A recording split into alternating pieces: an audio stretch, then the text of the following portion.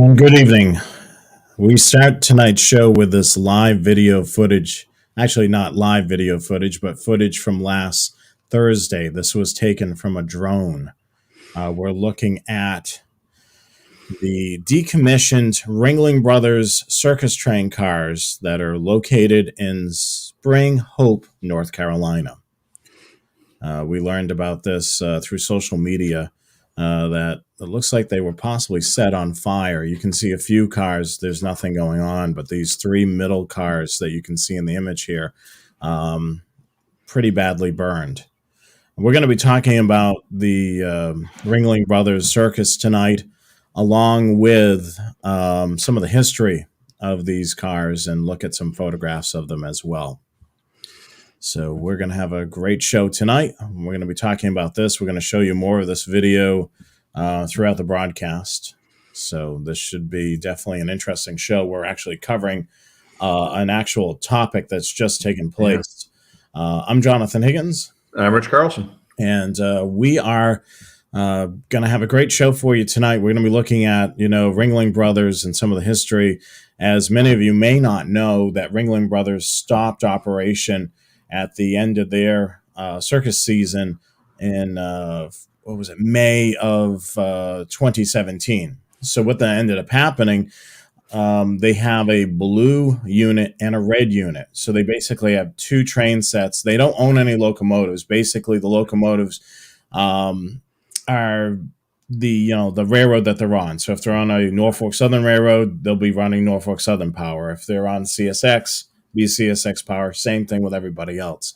So the thing is these cars, were eventually, sold off, and the state of North Carolina purchased some of those cars. We're going to dive into, what exactly went down with that and why are they sitting in the woods now on, totally destroyed, at least 3 or 4 of those cars.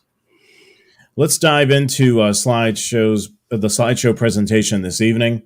Of course, if you're just joining us, this is Train Aficionado Live. We air each and every other Wednesday. So if you're new to the program, the show is on the first and third Wednesday of every month. So first and third Wednesday of every month. Make sure you try to stay connected with Train Aficionado through our social media, Facebook, Twitter, YouTube, and Instagram. Since you're watching us tonight, make sure you subscribe to our channel on YouTube right here. Stay connected with Train Aficionado by signing up for the Trackside Bulletin, which you can sign up on our website. And if you like the programming, definitely support our show by shopping our store. You can purchase T-shirts, coffee mugs, hoodies, several different things through our store there. So tonight, this is the rundown. We're going to be talking about the fire that destroyed the historical, forgotten Ringling Brothers circus train. We're also going to be talking about, in our rail scanning topic, EOTs explained. Yeah. And then Rich is going to take us through some of his past circus train photos. So we are really looking forward to tonight's show. Without further ado, let's start the presentation. So here's another photo of the circus train, what ended up happening to that. I actually paid a visit out to this train back in March of 2020. So a little bit of background about circus trains. So Ringling Brothers has been doing it the longest. P.T. Barnum started transporting the greatest show on earth by train in 1872. Sorry, I'm a little tongue-tied this evening. But yeah, I mean, a lot of circuses, traveled by train. It was easier to do this. And towards the tail end, Ringling wasn't transporting the animals. So basically, it was a rolling hotel for the most part for the crew members, the performers, even had, a lot of the equipment on flatbed cars. You even seen automobiles, that they were used once they arrive on site, loaded onto these flatbed cars. And as I mentioned, towards the tail end, Ringling Brothers actually had two train sets. They had a blue train set and a red train set. And they would be performing different shows in different parts of the country. Yeah. So it would basically roll into each market basically twice, one with one themed show and then one with another themed show. These trains were huge. For being able to photograph, one of these circus trains, it was the equivalent of an aviation person getting a photograph of Air Force One. It was a big deal. Yeah, it was. So let's take a look at some brief history about the coaches. The current coaches that were a part of the final train set dated back to the early 60s. They were built by the St. Louis Car Company, and they were 44-seat passenger coaches. They were used by Union Pacific in the mid-1960s, and then Amtrak used it for a period of time in 1971. And then in the mid-80s and mid-90s, Ringling Brothers acquired them, modified them completely, reconfigured them to accommodate them for the new purpose. So essentially, they were basically a studio apartments for the most part. You had a little kitchen area, had a place to sleep. The ringmaster had a larger suite. Yeah. But yeah, it was pretty much, sleeping quarters for a lot of performers. There was, spaces for various things on there. It was pretty much a rolling hotel on wheels, pretty much for the most part. Here's a photo. This is the first time I was able to get the circus train, and unfortunately, it was the last run in 2017. This is the red unit going through Worcester, Massachusetts. I had no clue when this was going to roll through.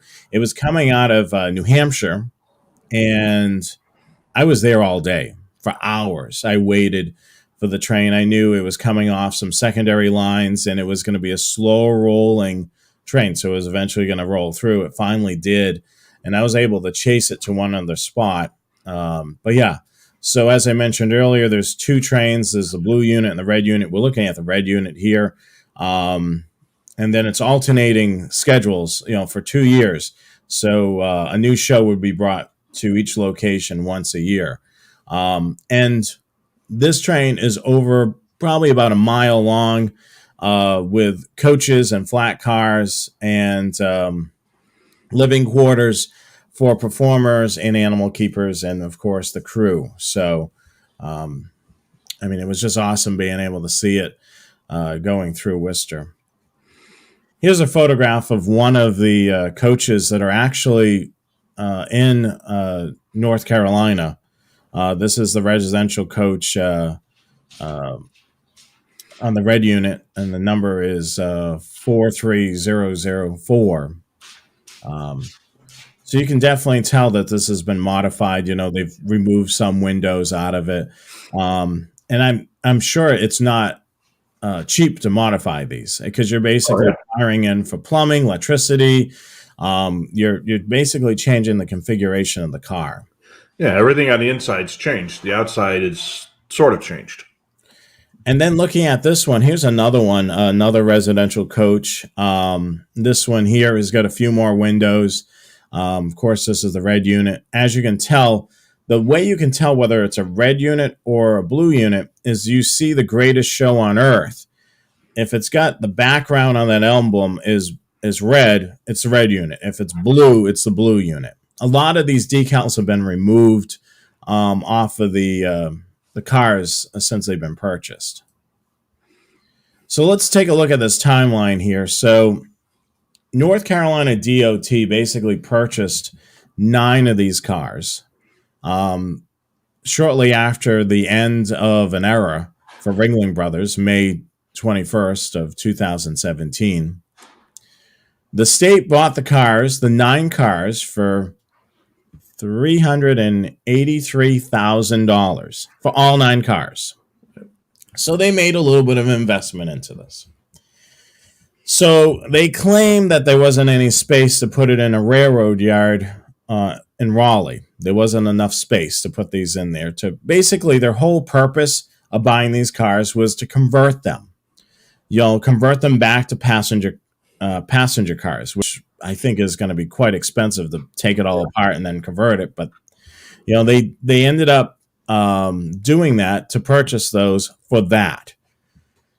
But the thing is the state ended up getting a federal grant, and they were able to purchase brand new coach cars. So these cars just basically sat on a abandoned right-of-way for several years. And then the Carolina Journal broke the story in February 24th of 2020, because the state invested almost $400,000 in this to sit. Yeah, and that's all tax money.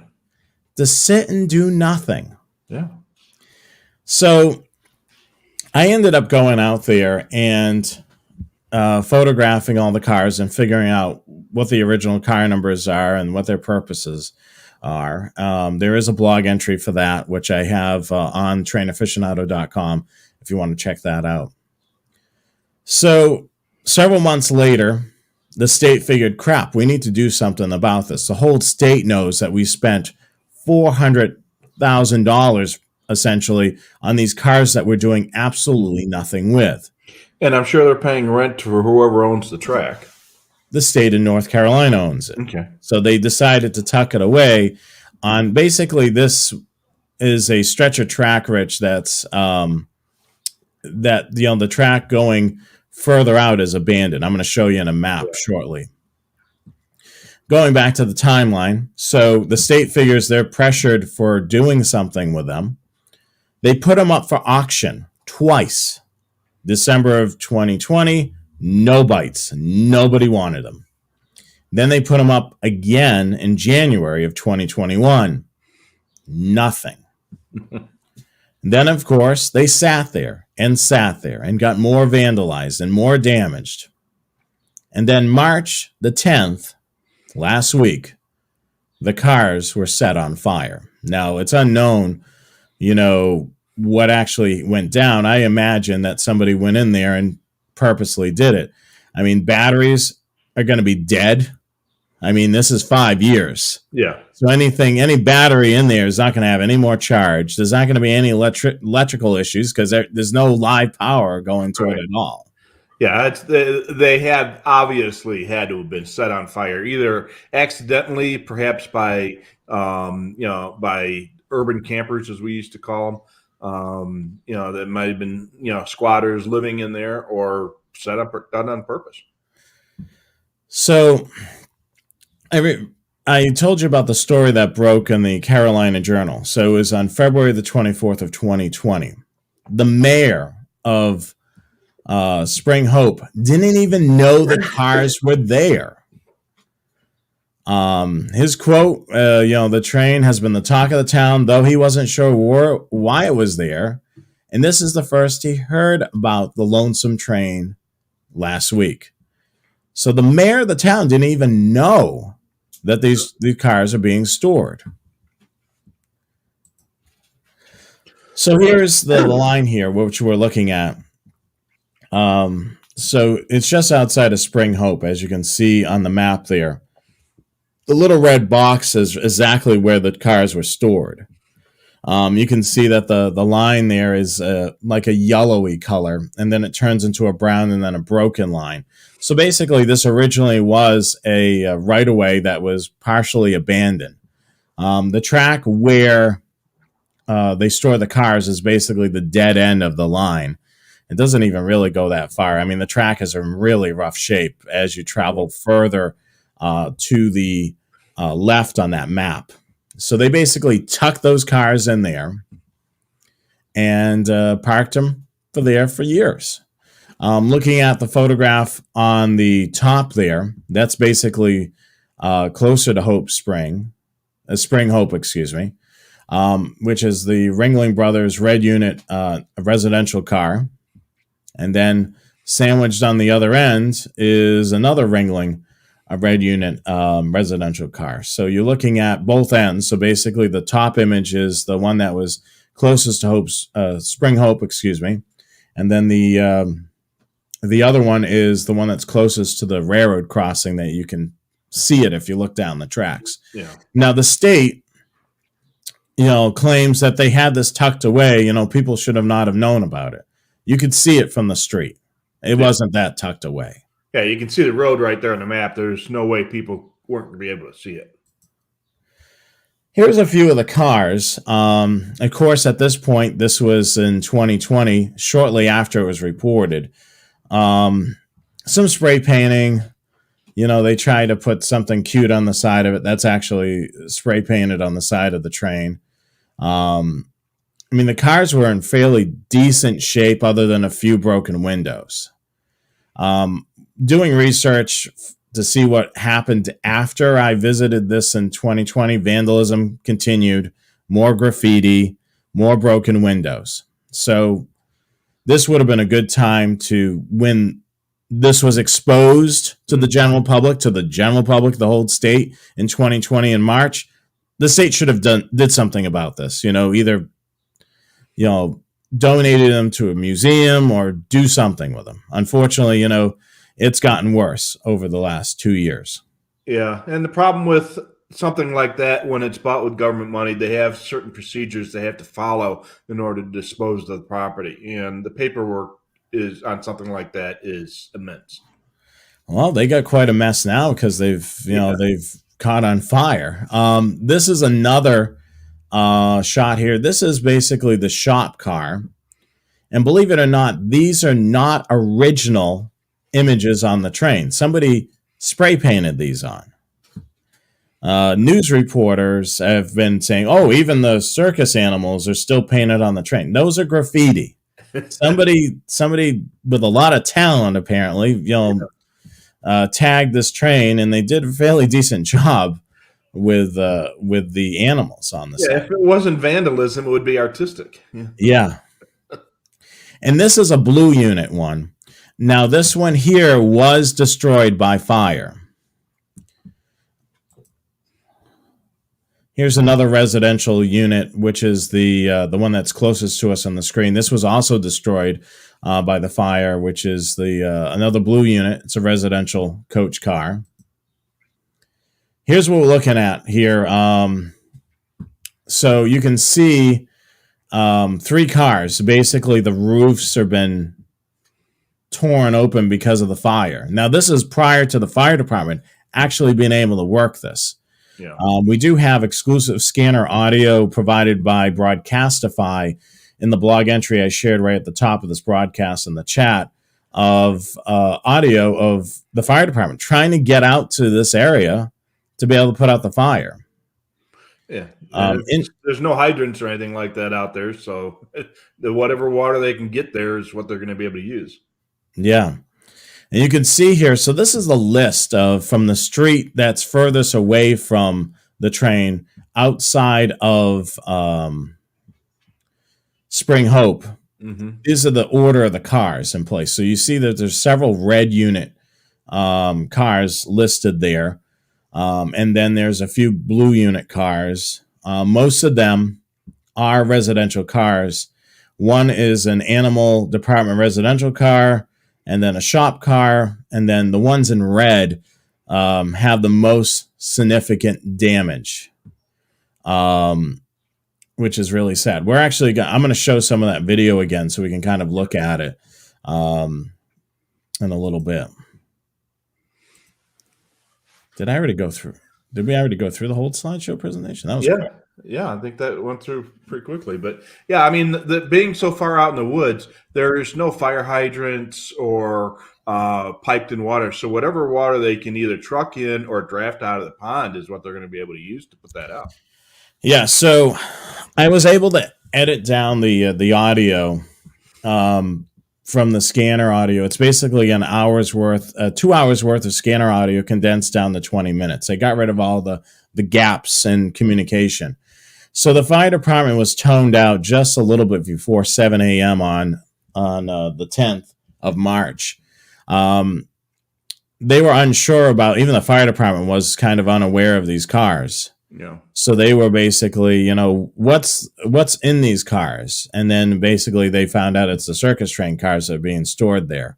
Yeah. So When you you hear can, railroad cars, I mean, you don't know. It could be anything from lumber to coal to LP gas. Are they walking into a hazmat situation or what?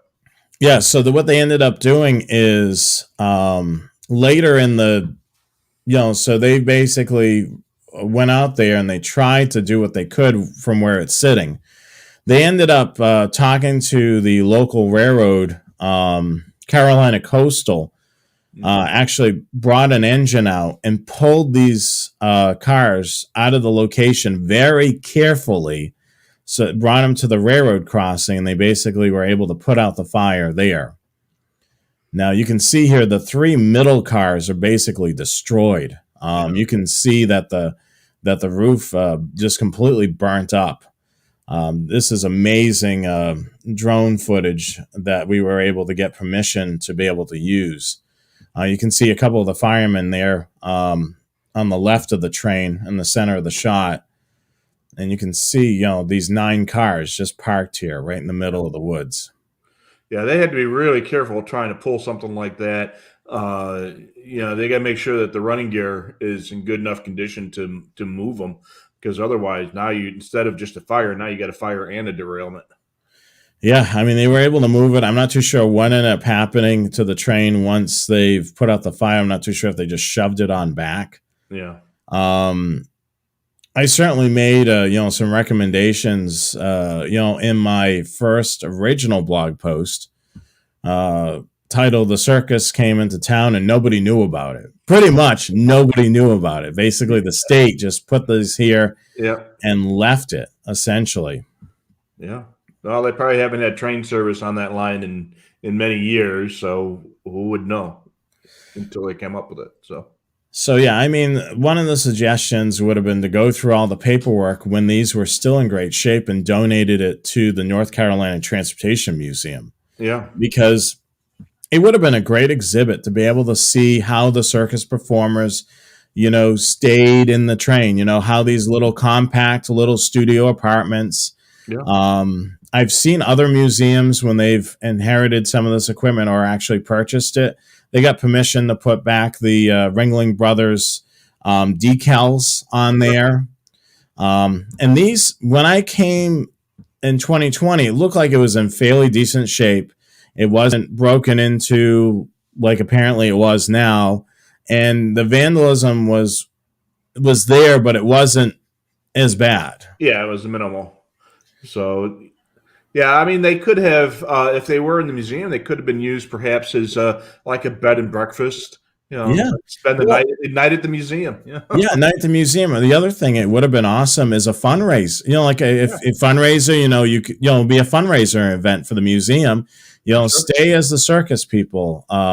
The circus performers stayed in the train. I mean, it would have been awesome. I mean, it's so sad that that this piece of history is destroyed. Yeah, absolutely. Well, hopefully they'll be able to do something with the cars that weren't destroyed. So yeah, well, if they're going to shove it back in the woods for another couple of years, we're going to see another one of these stories of the remaining cars being destroyed. Yeah, and then what are they going to do with the carcasses of the cars that were destroyed? In the meanwhile, the cars, they're right in the middle, so you get cars on either end that are maybe perhaps recoverable. Yeah, I'm just amazed by it. Yeah. Oh, that's nice that Mark allowed you to use a video. This is pretty awesome stuff. Yeah, I mean, this was something that I asked permission to be able to use it, and sure enough, we were able to use it. Let's continue on with tonight's broadcast, and we'll return back to the slideshow here. So each and every Train Aficionado show, we try to bring you a scanner-related topic, that's involving rail fanning. A lot of you use a scanner as an essential tool when you're out rail fanning to be able to listen to where the trains are. So tonight we're going to talk about the EOT, which is the end of train device, also known as the FRED, which is the flashing rear end device, which sometimes illuminates that nice red flashing at the end. Yeah, and sometimes the F doesn't stand for flashing, but we'll leave it at that. Yeah, so I was able to get a close-up shot of this. This was a train that was parked in Kannapolis, North Carolina. I was able to get a close-up shot. There's a parking lot right here, so I was able to zoom in and get a good shot of the Fred on the back of this. Rich, do you see the house that's in that image there? Yeah. They got a great view of the railroad line, don't they? Got that front porch. Yep. I would buy that house. Yeah, I mean, I looked at those houses when I was rail fanning there. I said, I would love to be able to live in one of those houses. Just be able to come out, sit on the porch, and watch the Yep. trains go by. Yeah. But the Fred is really a cool thing. It actually sends little tones over the radio, so you're able to hear. If you program these frequencies into your scanner, the two that are listed here, you can actually hear little chirps.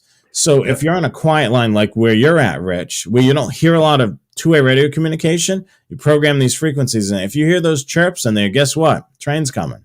Yeah, absolutely. And they are such low power that they have to be fairly close to you in order for you to hear it on your scanner. So depending on the terrain and then your location, you might not be able to hear them for more than half a mile or maybe a couple of miles. I live 10 miles from the track and I can hear them here, but I've got nothing but desert between me and the track. So I've got nothing to block the signal. In a built up area, you may be lucky to get half a mile. So, Rich, what exactly? So we've talked about how we can use it as an ability for us to be able to listen to it, hear those beeps, and know a train's close. What exactly is this for? So what happens is that EOT device, it measures a couple things. The main things are motion, whether or not it's in motion, and brake line pressure. And that's information that is extremely important to the locomotive engineer to know what at the back end of his train is doing and what the brake pressure is at the back of the train. And so that information is sent over the radio with these data bursts and picked up by a special receiver in the locomotive.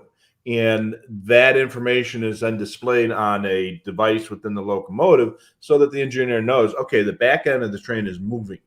And on a big, long train, it might be, the locomotive could be driving a dozen or a couple dozen feet before the back end of the train starts moving because of the slack action between the couplers. And the brake pressure at the end of the train, especially if you've got a mile-long train, could be quite different than what it is at the head of the train. And that's important information for the engineer. Nowadays, there's a lot of the EOTs actually have the ability to initiate a brake application from the EOT at the rear of the train so that the engineer can actually apply the brakes from the rear of the train going forward versus just from the front of the train going back. And if that train is supplied with that data is sent on the 452 9375 repeater from the locomotive. So if you hear data on 452.9375, it's going from the locomotive back. And the EOT itself is transmitting back to the locomotive on 457.9375. So it's definitely key to probably program both of those frequencies in. Yeah, absolutely. Most areas are using two-way EOTs now. It started off as only being used in the mountainous areas after a couple serious derailments where the trains run away from at the top of the mountain and crash at the bottom. And now you hear that even on flatland locomotive trains. So the Norfolk Southern, before they purchased half of Conrail, they used 161.115 on VHF for their EOTs, but those are all now replaced with the UHF ones. Rich, do you happen to know how many watts that is for the transmit power on those? 2 watts. Pardon me. And sometimes I think that's a bit of a stretch now with the amount of how long the trains are. Yeah, with the use of mid-train power and rear power, distributed power, you're getting trains that are a couple of miles long, and the older EOTs may not have enough RF power. So I imagine that they're allowed to go up to 5 watts. So the they may need higher power ones for the longer trains. I'm not sure if they've been doing that yet, though. Yeah, I mean, it certainly takes it takes a lot. I mean, I noticed some conductors when they're all the way in the back of the train and they're trying to communicate. Sometimes they really got to hold their radio up. Yeah. If they got the lapel mic, they're trying to get because especially depending on the train, and with these trains being super super duper long. Yeah, absolutely. And then you start getting curves, especially in mountain areas. You got curves and valleys and stuff blocking the signal. So that is an issue. And back in the '60s, the Southern Railway used to use a repeater car in the middle of the train for the original distributed power. And the technology wasn't nearly as sophisticated. And there were occasions where they lost radio contact with the locomotive because of the distances and the terrain, and that caused issues where the back of the train is going one way and the front of the train is going the other, and they don't know about it. So they have newer technology now where it's much more reliable. But if there's problems crop up, they'll figure a way to fix it. That's for sure. So that's our end of train devices talk this evening. We're going to go right back. Had a very good comment here. He said he's never seen a EOT on one of these super trains, which is what we call the really long trains. Yeah. That's because those trains typically have distributed power on them. And with the locomotive at the end of the train, instead of the EOT, you don't need an EOT because the locomotive takes care of the things that the EOT would have done. The only time you'll see an EOT is when there's no locomotive on the back of the train. Yeah. And as you mentioned, Rich, you can apply the brakes from that EOT, right, and dump the brake line as well from the rear. Yep. Yeah, I mean, there's so many different cool things with trains, and this is one other thing to program into your scanner, these two frequencies. So make sure you jot those down because it's definitely good to be able to program those in to be able to see if you can hear the end of train. Rich, you're going to tell us a little bit about the Circus World Museum train. Is that essentially a museum train, essentially? Is that right? Yeah, basically. The Circus World Museum is in Baraboo, Wisconsin, which is near the Wisconsin Dells. So people are familiar with Wisconsin Dells. That's where, one of the biggest tourist attractions in the Midwest is the Wisconsin Dells. Well, not far from that is Baraboo, and that's home to the Circus World Museum. And it's a world famous museum all about circus, and they have one of the biggest collections of circus wagons and other memorabilia that you can find. And back in the 80s, they had an agreement with the city of Milwaukee to have a parade of these circus wagons. Well, they had to get all the wagons from Baraboo to Milwaukee, which is 150 miles away. And what they came up with was to load everything on flat cars and run it on the railroad. Well, it was the Chicago Northwestern Railroad that ran to Baraboo. Problem is the trash didn't go from Baraboo to Milwaukee. So they had to go from Baraboo to Chicago, and then from Chicago to Milwaukee. So it was a little bit out of the way. So they made a big deal out of it. And they published a schedule of the train in the newspapers and on the radio and TV. So people would come out and see the circus train come through. And it was a very popular thing to see. Well, at the time, I worked for the police department in the city of Park Ridge, and I got to, on duty, go to see the train because it was part of my assignment for that day. So this is what some of the circus wagons looked like. And back in the day before trucks and stuff, that's how the circus came to town.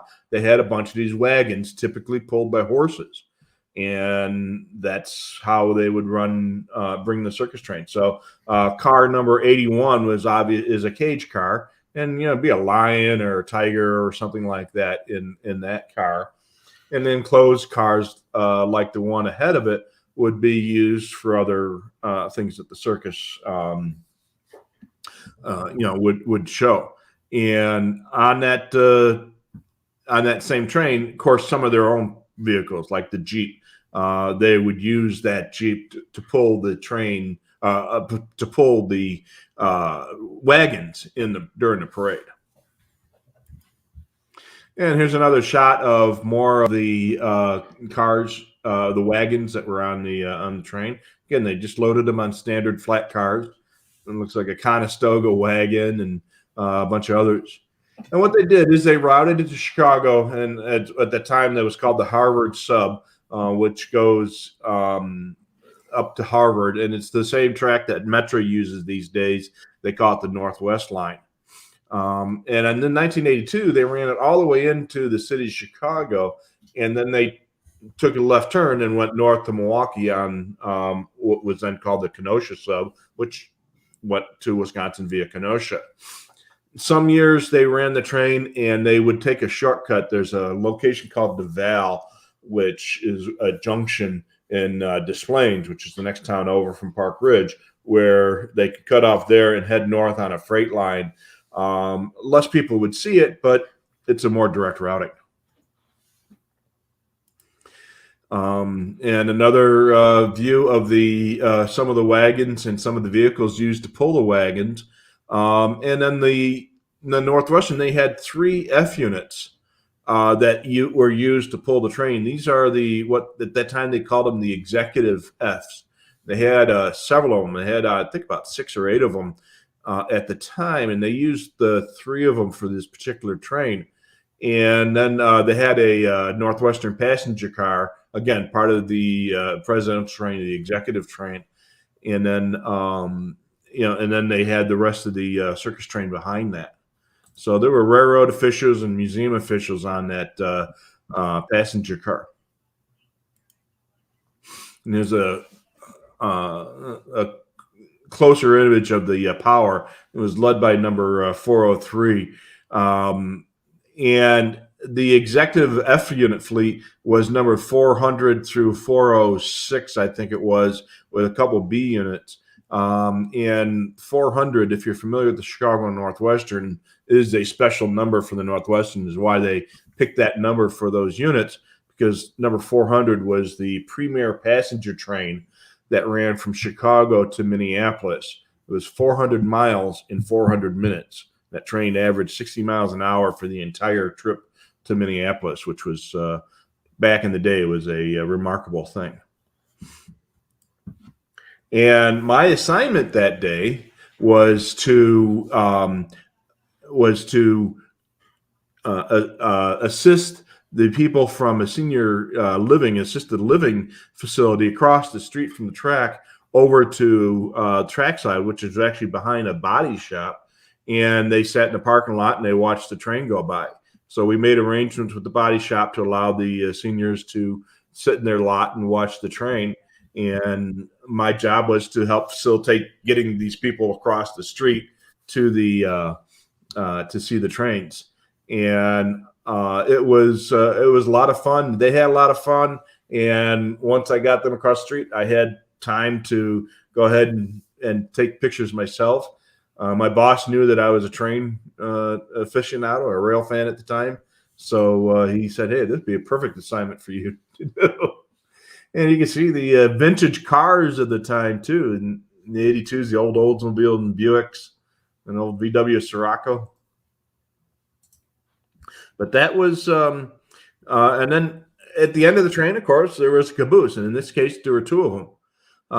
Every train's have to have an end, and that's a classy way to do it. They had 2 freshly painted caboose is the plural of caboose, I would presume. And they had 2 of them at the end. And again, if it was railroad employees on the caboose, no EOT on this train. It was just a couple of caboose. That's really cool. I mean, it's so awesome to be able to finally see a caboose every now and then. It's something that, we don't commonly see much anymore. And even by the early 80s like this, the caboose were still caboose, cabooses used on local trains. Most of the long distance train or the road trains didn't have them anymore. They had EOTs, but there were a caboose or the Northwestern that called them way cars, the Northwestern way car, the bay window like that was the more common one on the Northwestern. Straight roof with a bay window. And then, of course, some of the cabooses had cupolas on them, which is a raised section in the center. Instead of a bay window, it had a kind of a raised section above the center. That's where the conductor would sit in order to inspect the train ahead of him. So I'm going to wrap up this evening's circus train with actually showing some video here. So we'll pull that up right now. Cool. If I can. Apparently I got to, hold on one second. I got too many things going here. You're a busy boy. Let's see if we can do this. I'm going to show you some footage that I shot back in. Apparently, I got to remove that. Let's see here. Hold on one second. Live show here. So yeah, you'll figure it out. It won't let me do it. That's okay. I won't let you. Oh well. So let's dive into a couple of these slides, and then we'll answer your questions here. Make sure you stay connected to Train Aficionado by signing up for our Trackside Guide, our newsletter. We don't send it very often, but definitely sign up for it on our website. Make sure you support the show as well. Shop our store. We've got some T-shirts, some coffee mugs, some hoodies, and such. Visit trainaficionado.com to sign up for our newsletter and check out our store as well. Make sure you follow, like, and subscribe to our social media as well, Facebook, Twitter, YouTube, and Instagram at Train Aficionado. So make sure you do that. Next week's broadcast, which will wrap it up for the month of March, Wednesday, March the 23rd, we're going to be talking about aviation monitoring. Rich is going to take a close look at what to monitor at the airport, what to monitor at home on the scanner, kind of tying into this show a bit with transportation. If you're interested in aviation, there's definitely a great show coming up next week on the Scanner Guys YouTube channel. And then we come back. Train Aficionado Live will be back April the 2nd of 2022, 8 p.m. Eastern Time, 5 p.m. Pacific. Make sure you follow, like, and subscribe to our social media as well, Facebook, Twitter, YouTube, and Instagram. We very much appreciate it. So great topic tonight. If you want to see the video that I shot in Worcester, it's right on this YouTube channel. I basically shot the whole entire train going by just so you can get how long it is. It's a long train. So definitely check out that video. I posted a couple of things for the blog entries that are involving the circus. There's a couple of them on the Train Aficionado website. We just want to let you know that there's a lot of good stuff on the blog. I've been posting every Monday a new blog entry, so definitely check that out. So next Monday, I hope to have a blog entry written for that. But let's dive into some of your questions and comments. Let me just go to the starred section here. Les asked about the CSX pull all the circus trains. No. So basically what ended up happening in Massachusetts, Pan Am may have pulled it a little bit if it was up in their territory. And then once they enter into CSX territory, CSX will then operate it. And then they ended up going to New Hampshire to Springfield, back from Springfield, down the Providence-Worcester line into Providence, Rhode Island. When they went down into Providence, they were on the Providence-Worcester Railroad, so Providence-Worcester locomotives pulled the train at that point. So whatever railroad line they're on, that'll be the power that pulls the cars.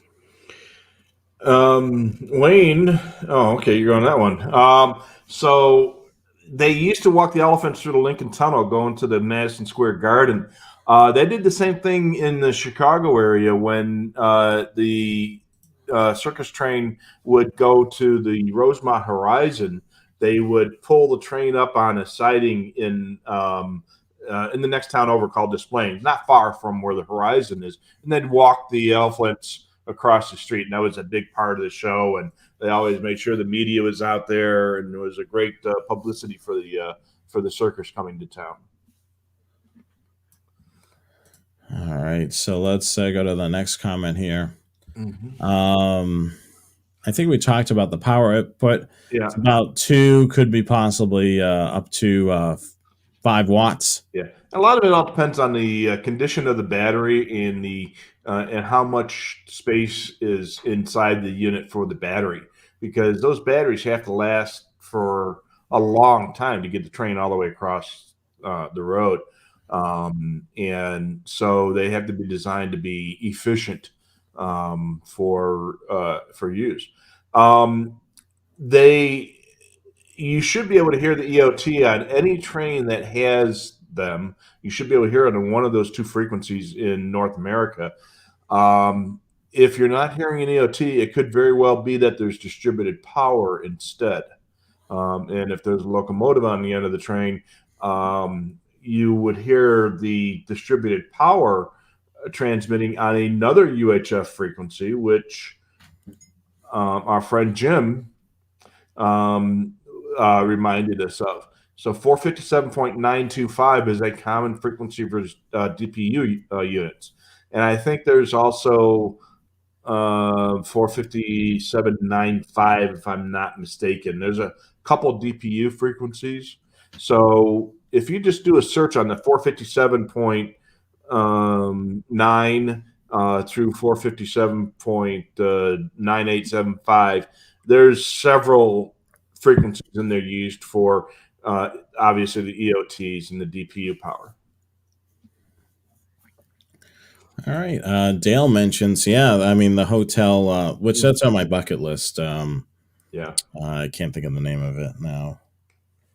The one that's up in Essex, Montana, which is actually a stop for Amtrak. Oh yeah, it was the Glacier Inn.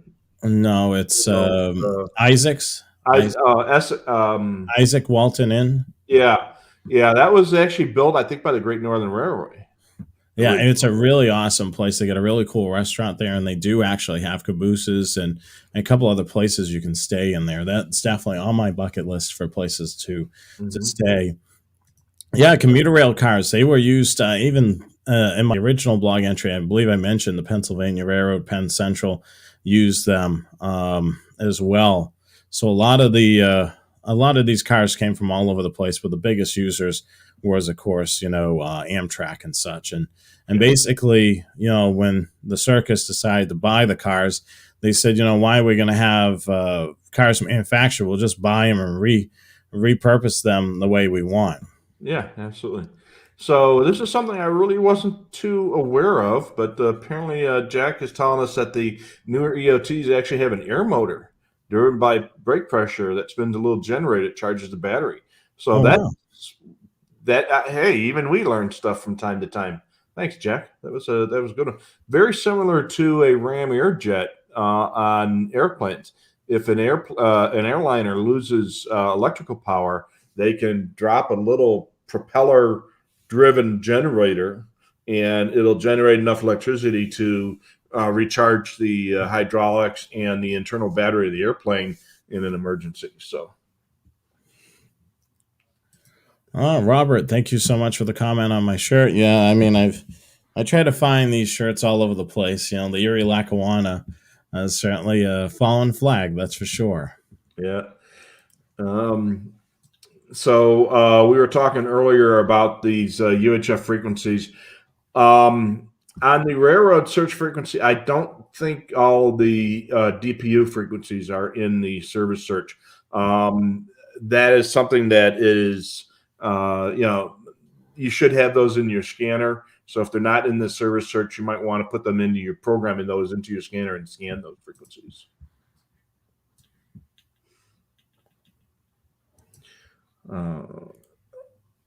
Pennsy called them cabin cars. So they're cabooses, they're way cars, they're cabin cars, they're hacks.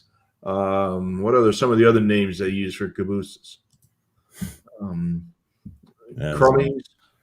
Nowadays, you'll see occasionally on switching moves where there's a really long backup move where they might have to back up through curves or long distance.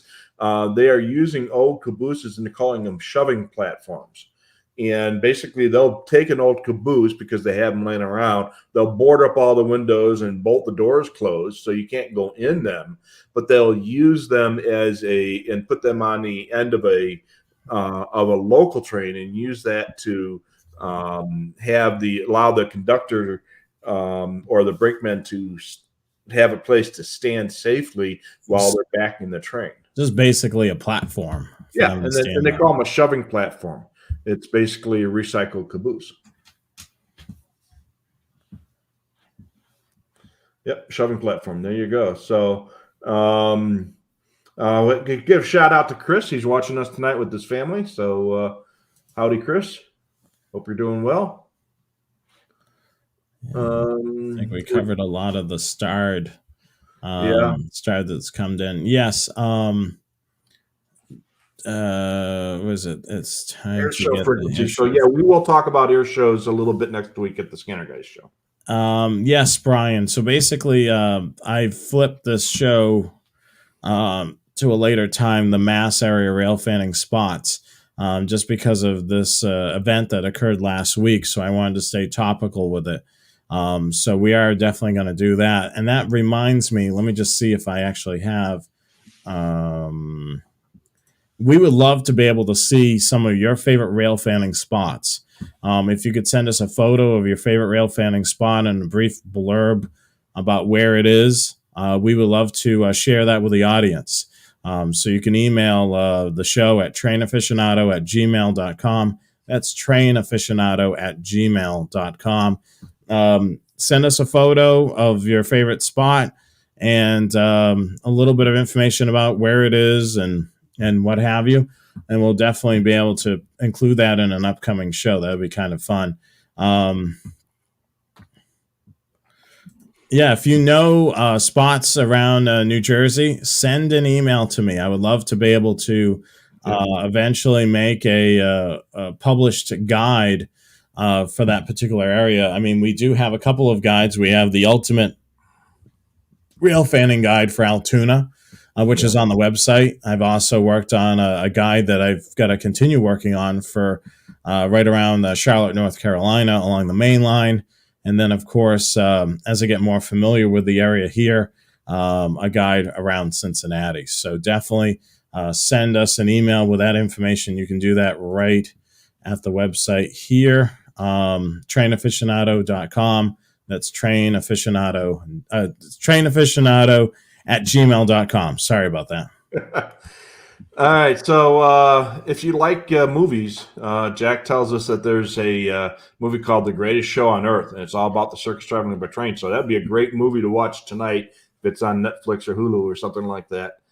And there was an Indiana Jones movie, and I think it was the third one, where as a child or as a kid, teenager, he gets onto a circus train, and you see the hippopotamus and the elephants and the snake pit and all the rest of that stuff. That was a pretty fun movie.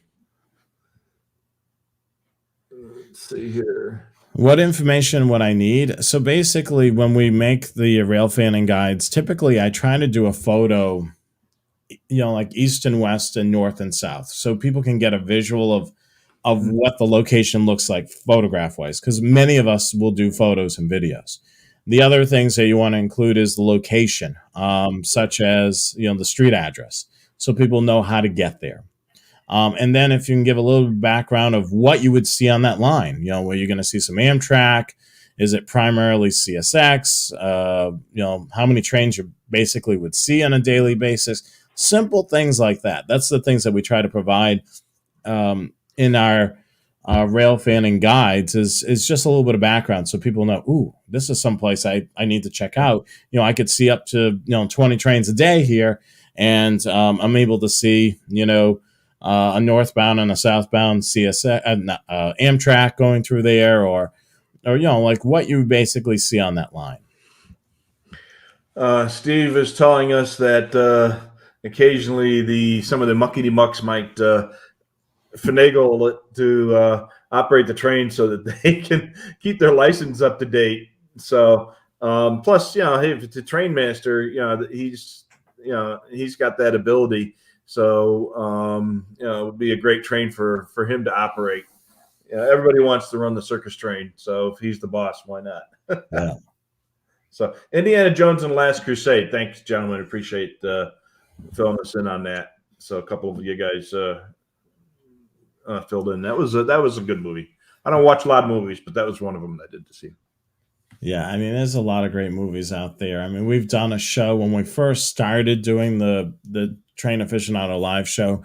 I did a movie show. I believe it was one of the first couple of shows.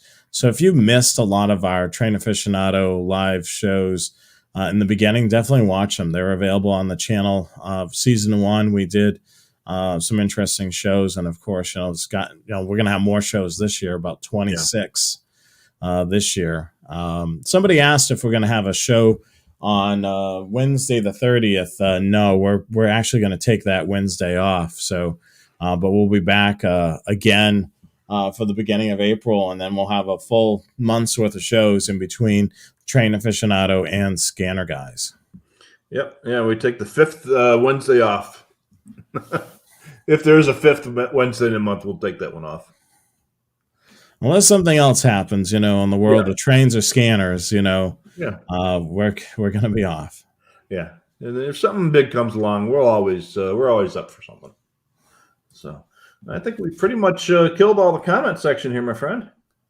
Last Crusade was filmed on the Cumbers and Toltec Scenic.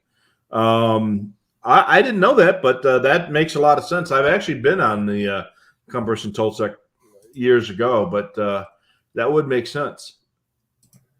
Yeah, I mean, there's a lot of good stuff, out there. Mm-hmm. I just want to see if I can. I don't know if I can share the third screen. No, it won't let me. For whatever reason tonight, the screen sharing is not working. Oh, wow. But yeah, I mean, phenomenal video tonight. I want to thank them for that great video. The providing us. We gave the credit to Mark A. Cohn. Phenomenal drone video this evening. But yeah, I mean, definitely, if you guys want to suggest upcoming shows as well, open to suggestions. You can email me as well at trainaficionado@gmail.com. If you have any ideas for those upcoming shows, or you want to give us your train spots and include them in an upcoming show, or even make it a part of, depending on how detailed it is, you can even include it on the website as a permanent thing on there. But definitely check out trainaficionado.com. The website is great source for information. Just want to remind you of a couple of things before we wrap it up this evening. Make sure you definitely check out the store right on the website. And make sure you follow, like, and subscribe to our social media, Facebook, Twitter, YouTube, and Instagram. We're trying to get to 1,000 subscribers. So make sure you hit the subscribe button on YouTube. And then don't forget, while you're at the website, sign up for the Trackside Bulletin at trainaficionado.com. Next week's next broadcast, I should say, for Train Aficionado will be Wednesday, April the 2nd, 2022, 8 p.m. Eastern Time, 5 p.m. Pacific. Follow, like, and subscribe, of course, to the social media. And the aviation will be the topic of discussion next week on the Scanner Guys. So Wednesday, March the 23rd, 2022, 8 p.m. Eastern Time, 5 p.m. Pacific. So make sure you tune in and join us for that great show. So we're going to be talking about, programming your scanner. And of course, as our good friend Dale mentioned, those air shows and trying to prep your scanner for that as well. So Yeah, a lot of good absolutely. stuff coming up next month. And yes, April the 6th. I'm not too sure why it's the 2nd, but April the 6th It's will be the next Train Aficionado live show. Sorry about that typo there. well, yeah. You know what? You're looking at the March schedule because the first Wednesday in March is the second. So that's Yeah, why. so April the 6th will be the first show. Sorry about that. Yeah, stuff happens. Any update on the 125 AT? As far as we know, it's still, a relevant scanner, so not Yeah. going to be discontinued at any point. Yeah, no, there's it's still a great scanner. Outside the labels being incorrect, it's still a great scanner for rail fanning, and I use it all the time. But like I said, I usually program the channels into the scanner. And then, if it's used locally, I'll put the railroad name on there so I know. All right. Well, I guess that's going to wrap it up for this evening. I'm Jonathan Higgins. I'm Rich Carlson. Thank you so much for joining us. Be safe out there, rail fanning, and have a great evening. Later, guys.